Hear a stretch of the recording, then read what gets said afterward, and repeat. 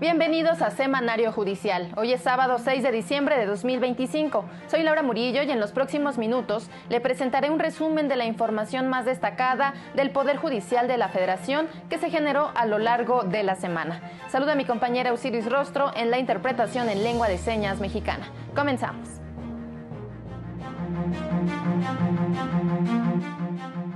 La nueva Suprema Corte protege los derechos reproductivos, de acceso a la salud y de las mujeres a decidir sobre su cuerpo. Participan ministras y ministros de la nueva Suprema Corte en conversatorio de la FIL de Guadalajara. La nueva Corte garantiza el principio de cosa juzgada, asegura la ministra Loretta Ortiz. Estrenan en Ciudad de México el documental Soy Yuye, sobre la vida de la pintora afromexicana y activista con condición de discapacidad.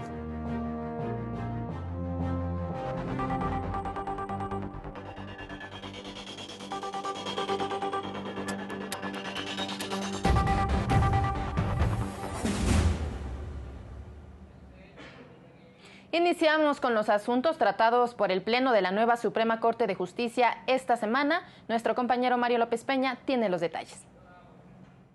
Esta semana, la nueva Suprema Corte de Justicia invalidó el sistema normativo que criminalizaba el aborto en Tlaxcala, sistema que penalizaba absolutamente la interrupción del embarazo y que condicionaba a la autorización del Ministerio Público para la atención médica a víctimas de violencia familiar y sexual, así como a los servicios de interrupción del embarazo a víctimas de violación. Considero que estamos frente a la posibilidad de contribuir al pleno goce de los derechos de las mujeres en el estado de Tlaxcala y en particular de aquellas, no solo mujeres, sino también personas gestantes que han sufrido violencia familiar o sexual. Estamos frente a un sistema por disposición de las propias normas que estamos analizando. El 53 quater remite al 44 bis y el 44 bis remite al Código Penal. Considerar como un sistema normativo estas disposiciones del Código Penal del Estado que están penalizando de manera absoluta la interrupción del embarazo. En otro asunto, invalidó artículos de leyes de ingresos de municipios de Durango y Oaxaca que sancionaban a establecimientos que vendieran bebidas alcohólicas a personas con discapacidad.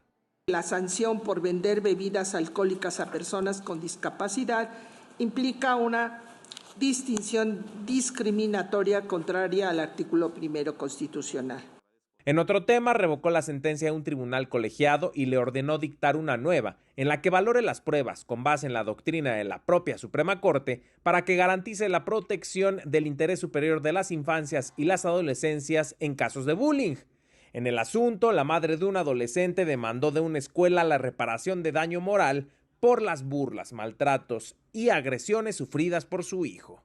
Basta con que las conductas se actualicen con un carácter más o menos reiterado para que puedan ser constitutivas de bullying. El daño a la víctima se produce con independencia de la intención que se haya tenido. Al resolver una acción, invalidó de la Ley de Ingresos del municipio de Puerto Vallarta la porción que preveía el cobro a personas extranjeras por concepto de uso o aprovechamiento de servicios, bienes y espacios públicos municipales. Para Plural TV, Mario López Peña. Mardonio Carballo, director general de Justicia TV, en tránsito a Plural TV, moderó el conversatorio La nueva Suprema Corte, Justicia renovada para un México democrático. La nueva Suprema Corte de Justicia de la Nación se consolida como un órgano colegiado, plural y donde convergen variedad de opiniones en beneficio del pueblo de México. Así lo aseguraron ministras y ministros al participar en el conversatorio La nueva Suprema Corte, Justicia renovada para un México democrático, en la Feria Internacional del Libro de Guadalajara, moderado por el director general de Justicia TV, en tránsito a Plural TV, Mardonio Carballo. Muchas personas y muchas voces críticas dijeron, todos van a votar igual, porque todas y todos piensan lo mismo. Y quienes le hayan dado seguimiento a la actividad de la Corte habrán advertido que esto no es así. Tenemos opiniones disidentes y coincidentes.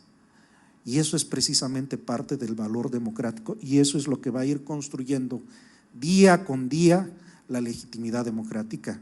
La ministra Loretta Ortiz Alf indicó que las y los integrantes del máximo tribunal asumen el compromiso de hablarle a la sociedad con un lenguaje claro y sencillo para reducir la distancia con el Poder Judicial y acercar la justicia, así como para demostrar con hechos la legitimidad del máximo tribunal. Esta justicia cercana es también una justicia que se deja observar. Es indispensable que la sociedad pueda seguir de manera sencilla lo que resuelve la Corte, entender el impacto real de sus decisiones y exigir coherencia entre el discurso y la práctica institucional. En ese mismo sentido se pronunció el ministro Giovanni Asael Figueroa Mejía, quien subrayó que la actividad del servicio público es para las personas. A que tenemos sentencias muy complejas y poco entendibles. Así es muy difícil, por no decir casi imposible, para la ciudadanía seguir una línea de precedentes de aquello que decide la Suprema Corte. Es necesario establecer un mejor sistema de presentación y de configuración de las sentencias, con lenguaje claro, con lenguaje muy cercano a la población. Me da la impresión que los jueces mexicanos escriben demasiado.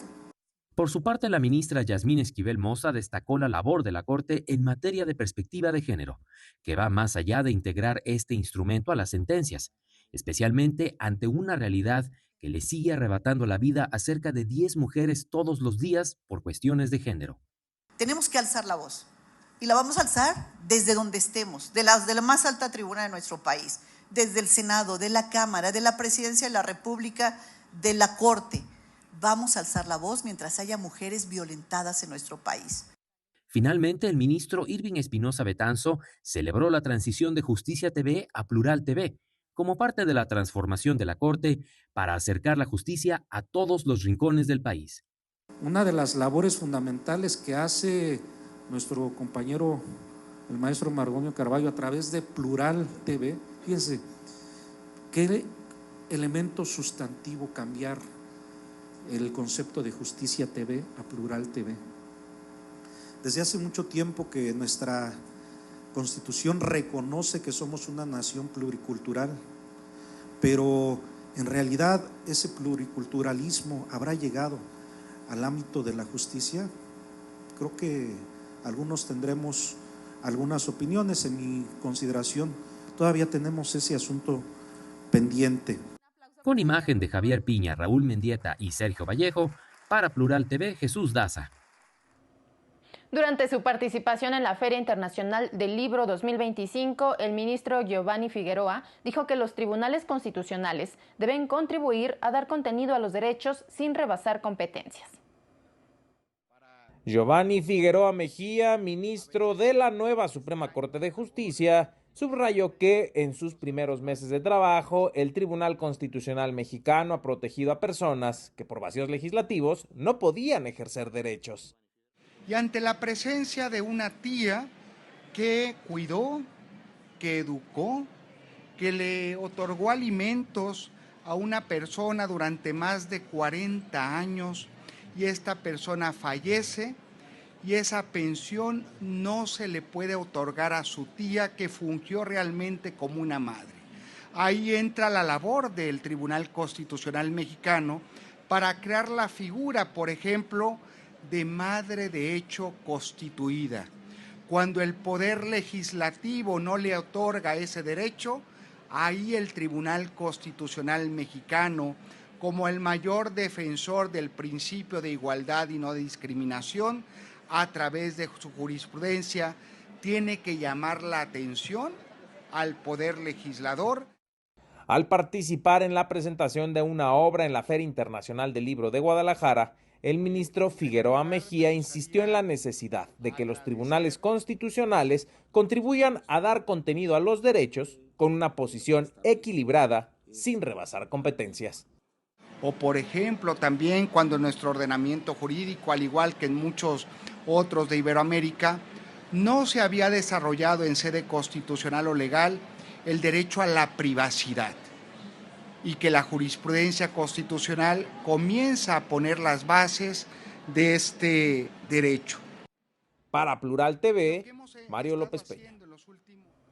La ministra Loretta Ortiz lamentó la persistencia de prejuicios de género en investigaciones de muertes violentas de mujeres. En la presentación del libro Mamá, en tu ausencia, ¿quién por mí?, de la ministra Esquivel Moza.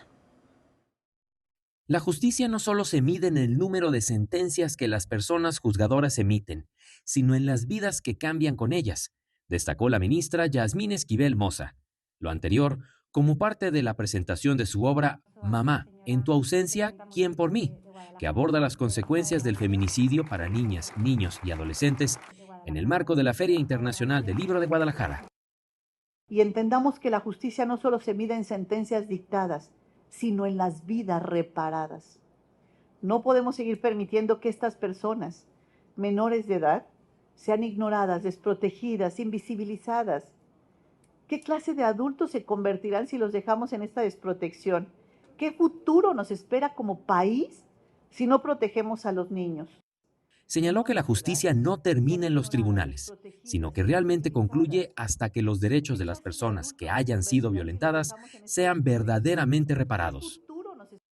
Me gustaría refrendar que la lucha por la justicia no termina en los tribunales, continúa en la sociedad, en la legislación, en la exigencia de mejores políticas públicas, en ser capaces de mirar nuestras incómodas realidades, enfrentar las dolorosas verdades que esto conlleva, pero no para lamentarnos, sino para cambiar el curso de la historia.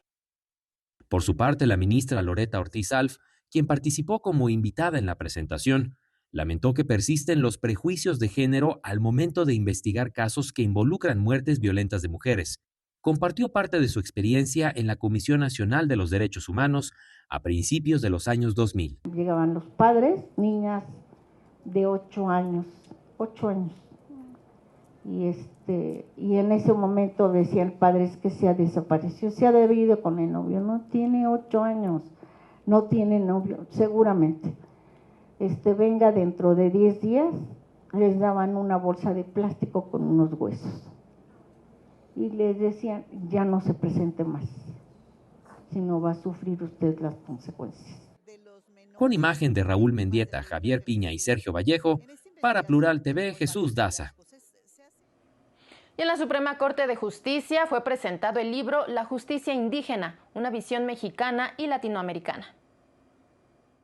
El derecho a la jurisdicción indígena fue abordado durante la presentación del libro La justicia indígena, una visión mexicana y latinoamericana, en la Suprema Corte de Justicia de la Nación. José Hernández Hernández, secretario general de la Presidencia del Alto Tribunal, destacó las resoluciones de estos temas desde el punto de vista jurídico. Y pues me da mucho gusto que ahora las personas que vayan a hacer sus tesis o que vayan a resolver un caso concreto, pues no tengan que recurrir está bien que podamos recurrir a los antropólogos, a los historiadores, pero también a la mirada jurídica que ahora ya se tiene de estos temas, ¿no? Los especialistas afirmaron en este marco que los sistemas normativos de las poblaciones indígenas no obedecen a un folclore, sino a un tema de igualdad y justicia social, de acuerdo con el artículo 1 constitucional.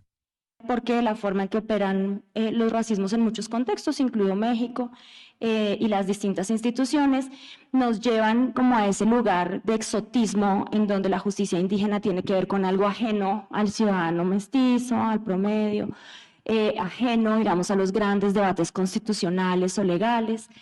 El libro realiza un compendio sobre las resoluciones en contextos de países latinoamericanos como Bolivia y Ecuador, además de otros de México, de estados como Oaxaca y Guerrero, obra que, añadieron, fungirá como material guía para facilitar el abordaje de estos asuntos. Para Plural TV, Óscar González. Vamos a una pausa y continuamos con más aquí en Semanario Judicial. Enseguida, esfuerzo inédito de la nueva Corte para armonizar la justicia en comunidades indígenas y afromexicanas.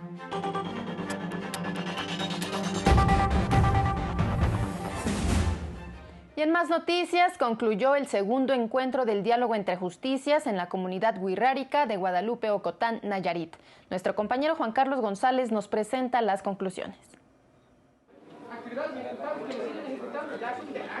Dentro del esfuerzo inédito que impulsa el ministro presidente de la nueva Suprema Corte, Hugo Aguilar, para armonizar la justicia que se imparte en comunidades indígenas y afromexicanas con la justicia de los juzgados del Poder Judicial, se llevó a cabo el segundo encuentro Diálogo entre Justicias. Durante 6 horas, autoridades que imparten justicia en pueblos originarios de Nayarit y Jalisco dialogaron con personas juzgadoras del Poder Judicial de la Federación y personal del Instituto Federal de Defensoría Pública. Fue en el segundo encuentro del Diálogo entre Justicias que se llevó a cabo en la comunidad wixárika de Guadalupe, Ocotán, ubicado en el municipio de La Yesca, Nayarit. La forma en que nosotros resolvemos nuestros problemas sobre los sistemas normativos pues, del gobierno tradicional tiene pues, varios cargos, ¿no? El gobernador tradicional, el alcalde, capitán, zaraquieti, primer comisario, segundo comisario y el alguacil. Y cuando por ahí se comete algún robo, alguna violación, algún problema familiar, los quejosos se llegan con la autoridad, viene siendo el gobernador.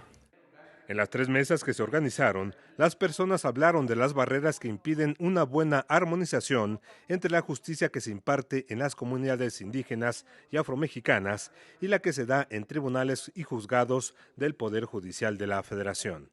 Uno de los obstáculos, en primer lugar, pues es el idioma, es la lengua, ¿verdad? De alguna forma nosotros carecemos de intérpretes o nosotros carecemos de elementos jurídicos, sea del tipo de recurso humano en donde muchas veces no se nos comprende. Durante la relatoría de las mesas y en las conclusiones, se destacaron los desafíos que hay en el país para lograr un verdadero acceso a la justicia en los pueblos originarios.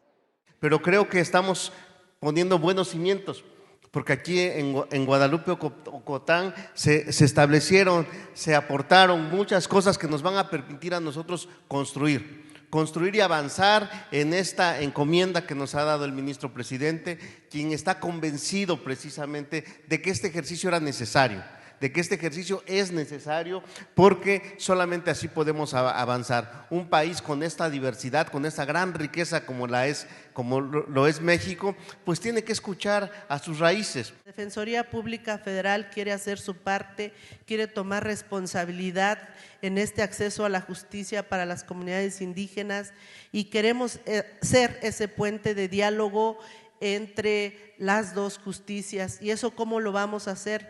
Primeramente, estamos abriendo casas de justicia intercultural o casas de asesoría intercultural. La tercera reunión del diálogo entre justicias se realizará en una comunidad indígena del estado de Puebla. Con imágenes de Jacobo Parrilla e Israel Trejo para Plural TV, Juan Carlos González.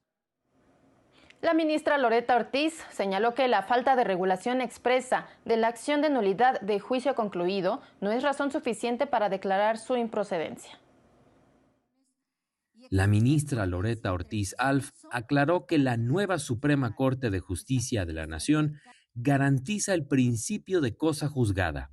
A pregunta expresa sobre el proyecto que se discutió el pasado 26 de noviembre en el Pleno del Máximo Tribunal, explicó que se trata de un caso de nulidad de juicio concluido en materia mercantil, que fue presentado en la anterior integración de la Corte.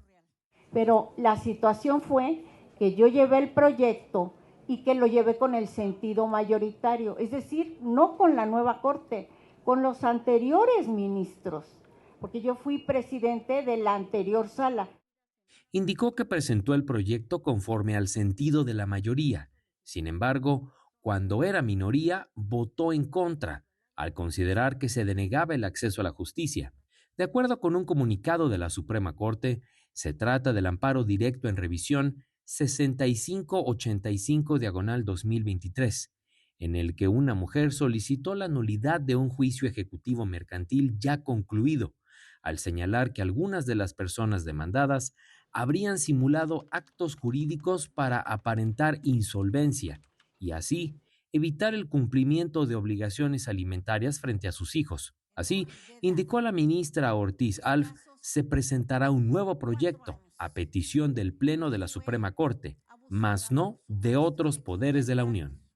Acabó el proyecto que a mí me encargaron, porque voy a presentar uno nuevo, un engrose, o sea, el asunto no está concluido, pero no es porque la presidenta lo haya dicho, lo dije en la sesión.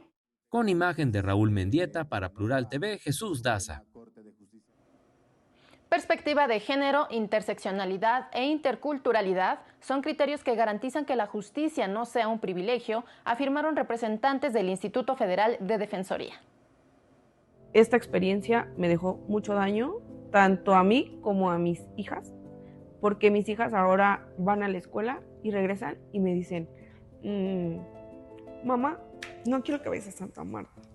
Disculpe, ¿cuándo me voy a ir a mi casa? Ya me puedo ir a mi casa. Entonces ella agarró, volteó y me dijo, tú te vas a ir a Santa Marta, que no sé qué, de aquí no vas a salir y de allá vas a salir. Criterios como el de perspectiva de género, de interseccionalidad y el de interculturalidad garantizan que la justicia no sea un privilegio, sino un derecho, afirmaron autoridades del Instituto Federal de Defensoría Pública al participar en la conferencia 101 Mujeres en Libertad, al destacar la firma de un convenio con autoridades locales y federales para un intercambio de información que permitió la liberación de prisión de decenas de mujeres. Obtuvieron su libertad por sentencias absolutorias, modificaciones de medida cautelar o por libertad condicionada. Pero de las personas que están en libertad, sabemos que hoy están junto con sus familias, junto con sus amigos y junto con sus amistades que de manera desesperante las esperaban con mucho anhelo.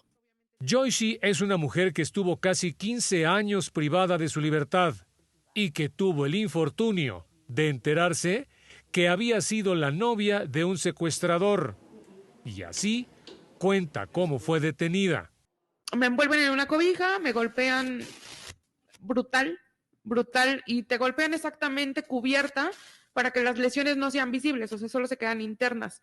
Después de 5 o 6 días aparecen los moretones, pero realmente en ese momento no aparecen. Por eso es que te golpean de esa manera. Torturada, pues, gracias. Al máximo, golpeada al máximo. Defensores públicos hablaron de la realidad que todas estas mujeres padecieron. Tenían parejas, esas parejas tenían sobre de ella, ejercían una violencia física, violencia sexual, violencia económica. ¿Y qué es lo que llevó a estas representadas? Pues obviamente a defenderse, pero la propia institución de la Fiscalía no lo tomó en cuenta. Decía, tú eres pareja de, tú también participaste en el delito. Para Plural TV, Óscar González.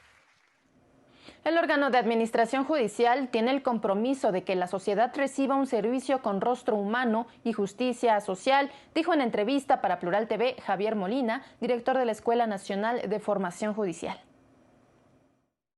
El órgano de administración judicial está transformando el rostro de la impartición de justicia en México, aseguró Sergio Javier Molina Martínez, director de la Escuela Nacional de Formación Judicial. Este logro, expresó el magistrado, se debe en gran medida a la vinculación del órgano con la Escuela Nacional.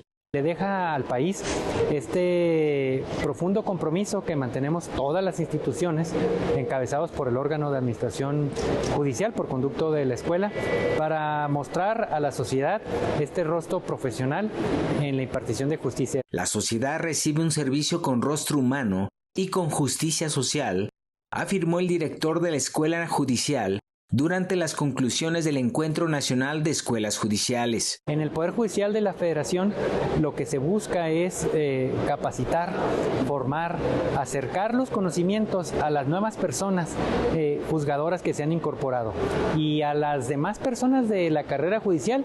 El Encuentro Nacional de Escuelas Judiciales sirvió para consensar y establecer con todas las escuelas de los poderes judiciales del país los lineamientos para crear una sola base de interacción, apuntó. Se han acabado de designar a todas las personas que están a cargo de las escuelas o los institutos de capacitación, de formación, y es con ellos, es con ellas que tenemos que encontrar los consensos, los acuerdos para materializar las ideas. Molina Martínez destacó que otro de los objetivos de estos encuentros es compartir la información de capacitación con los defensores públicos federales y locales.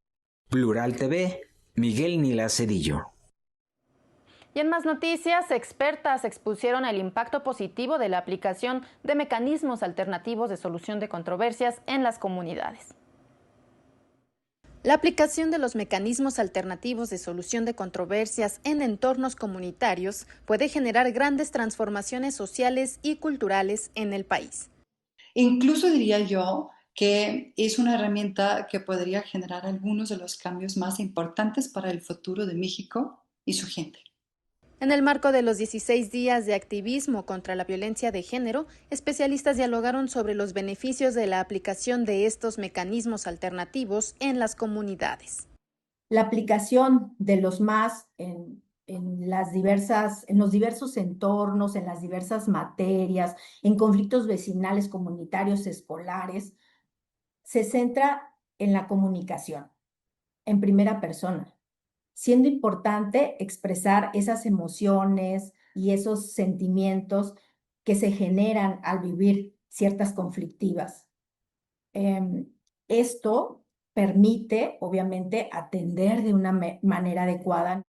En el encuentro virtual aseguraron que los conflictos y la violencia que impacta la vida comunitaria generan desconfianza, división, desintegración, falta de pertenencia, ansiedad y traumas que bajan la calidad de vida y distorsionan las relaciones cercanas.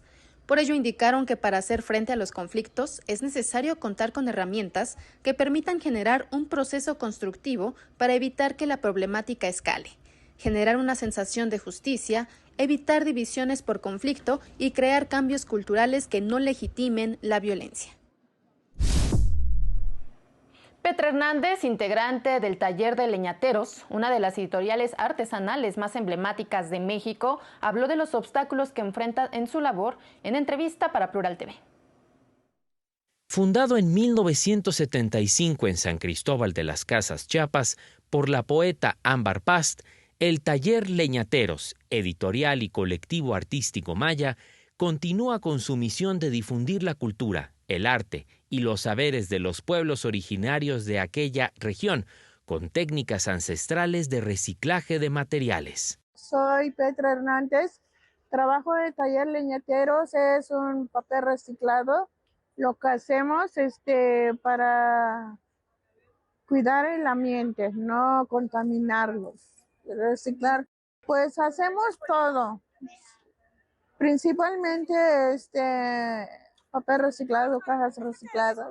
Trabajamos que sea artesanales de manos, blusas bordados, pulseras bordados, todo está hecho a mano. Desde la Feria Internacional del Libro de Guadalajara, donde montaron un stand con una pequeña muestra de su arte, la artesana Petra Hernández expresó su descontento porque muchas personas aún no valoran su trabajo.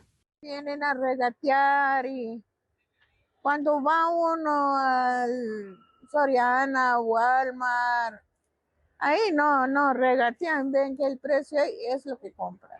En cambio aquí ven que todo es artesanal, piensa que no cuesta o piensa que no es trabajo, pero sí la verdad es un trabajo todo manual. Y luego el transporte, el stand, todo es pagado, no nos dan de gratis también.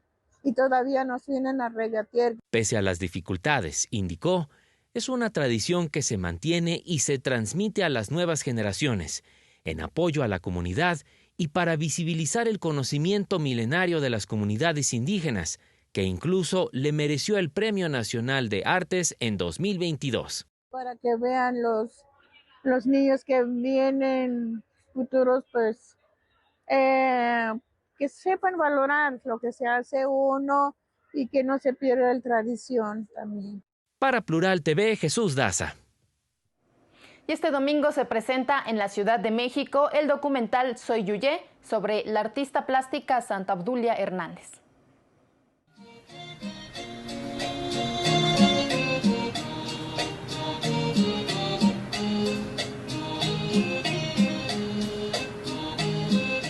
El documental Soy Yuyé llega a la Ciudad de México. La protagonista es pintora, activista y mujer afromexicana con condición de discapacidad. El documental es dirigido por Balán Toscano, quien retrata parte de la vida de Santa Obdulia Hernández, mejor conocida como Yuyé, quien radica en la comunidad El Tamal del municipio de Santiago Pinotepa Nacional, Oaxaca. Yuyé es una persona que no tiene miedo, que se enfrenta a la vida, que lucha por lo que quiere, que lucha por su sueño. Es aquella chava alegre, bromista, enojada también, muy soñadora, le gusta explorar el mundo.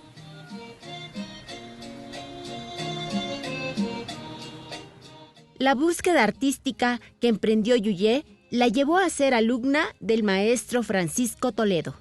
Y a través de su arte y existencia, Yuyé transmite un discurso en que destaca el orgullo de ser una persona negra. El documental será presentado el domingo 7 de diciembre a las 12 horas en el Museo de las Constituciones de la UNAM. Para Plural TV, Simona Santiago Maganda. Colectivos de pueblos y comunidades indígenas invitan a el Guateque navideño, celebración de la tradición artesanal.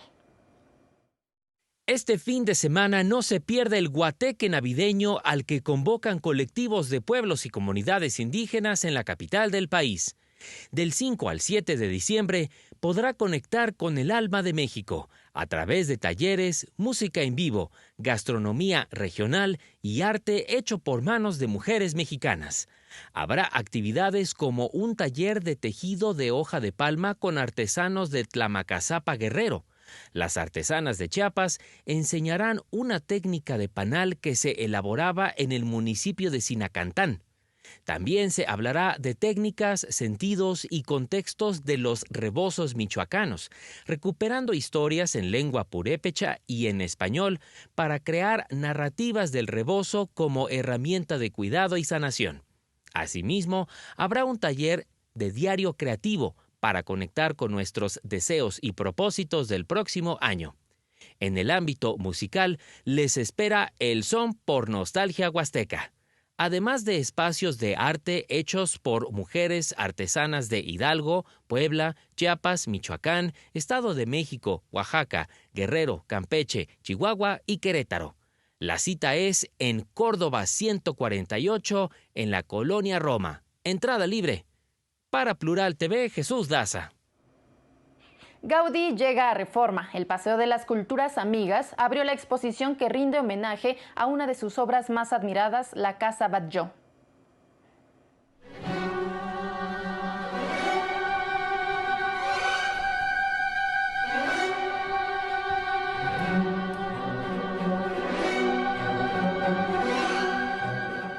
Hace mucho tiempo, el reino de Montblanc estaba amenazado por un dragón que lo destruía todo.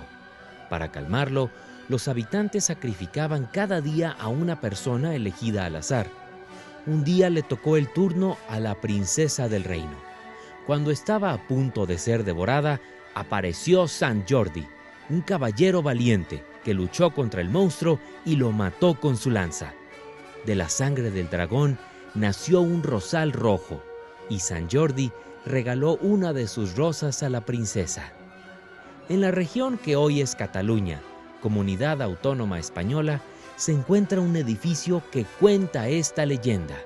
Es la Casa Batlló, obra del arquitecto Antoni Gaudí, donde vivió el empresario textil Josep Batlló a principios del siglo XX y al que hoy la Ciudad de México rinde homenaje con una exposición fotográfica en el Paseo de la Reforma. Realmente abrimos una ventana a Barcelona en un sitio con tanta importancia como es el Paseo de las Culturas Amigas. Y este tipo de actividades lo que hacen es reforzar precisamente estos lazos de amistad y esos lazos culturales que nos unen. Son 34 imágenes de gran tamaño que muestran a detalle este lugar que es visitado por más de 1,5 millones de turistas al año. Conozca los balcones de hierro forjado, las tribunas onduladas que permiten ver sin ser visto, su cubierta de tejas vidriadas semejantes a las escamas del dragón que fulminó San Jordi, así como sus interiores funcionales que combinan texturas, formas orgánicas y materiales innovadores.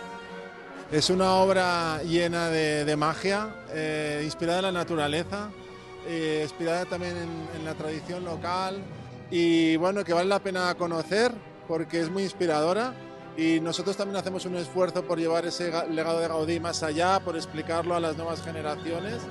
En el resto de la fachada, en estos balcones como el que tenemos a mis espaldas, representan estos cráneos descarnados de estas víctimas del dragón, pero que a su vez en la parte superior, en el último de los balcones, tiene este botón de flor, esta rosa que emana de la sangre del dragón, que también inspira la vida, inspira la esperanza después de tanta destrucción y muerte.